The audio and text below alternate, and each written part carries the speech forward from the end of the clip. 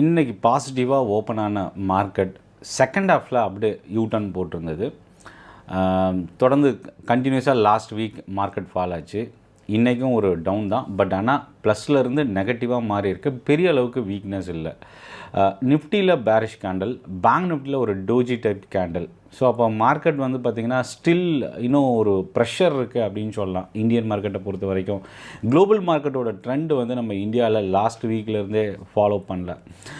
Pharma டேரிஃப்கான clarity இல்லாமல் போனது.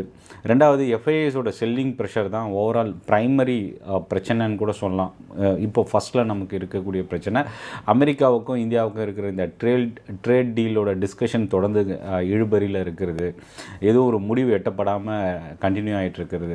அடுத்த டேரிஃப் எலக்ட்ரானிக் செக்டாருக்கு அப்படின்ற நியூஸ் மார்க்கெட்டில் ஒரு பேனிக் சிச்சுவேஷன் கிரியேட் ஆகிருக்கு. இன்றைக்கி எலக்ட்ரானிக்ஸ் மேனுஃபேக்சரிங் கம்பெனிஸில் செல்லிங் ப்ரெஷர்